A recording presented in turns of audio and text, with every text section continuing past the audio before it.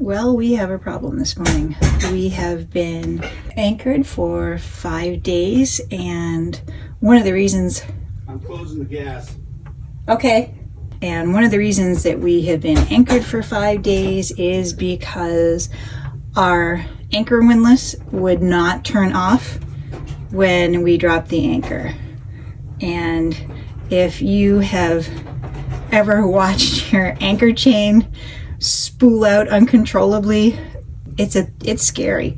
But it was okay because we got to hang out on the reboot for 5 days, which is the longest time we have ever spent on the boat, out at anchorage, not at the dock, not being plugged in, figuring out which systems work and which systems don't work, how much power we use, whether the solar panels can keep up, and the quick answer is no, and we're going to need to get some new solar panels.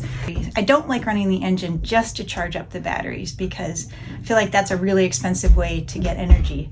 I'm fine with it charging up the batteries if we're like going from one place to another, but we've just been in one place for the past 5 days and we've enjoyed it. It's a nature preserve and we have gotten to paddleboard every day and the weather's been perfect and it's been relaxing, but now we are headed home and we have to figure out what we're gonna do about the windlass. We did some troubleshooting and one thing we know is it's not the remote control because there's a couple things you can do with the windlass. We have a Hector Quick windlass and we have a big breaker on it, and every time we turn on the breaker, windlass runs. And it runs on the out direction.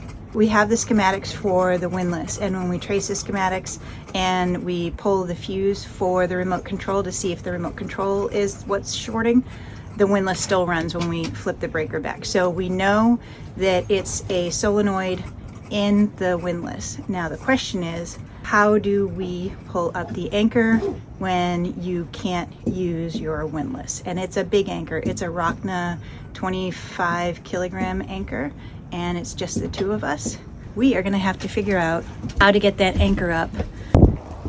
Before we start futzing with the anchor, we are doing our morning checks of the engines, making sure the engines are ready to go. We're gonna have the engine running while we start working on the anchor hauling up, which is what we normally do anyway.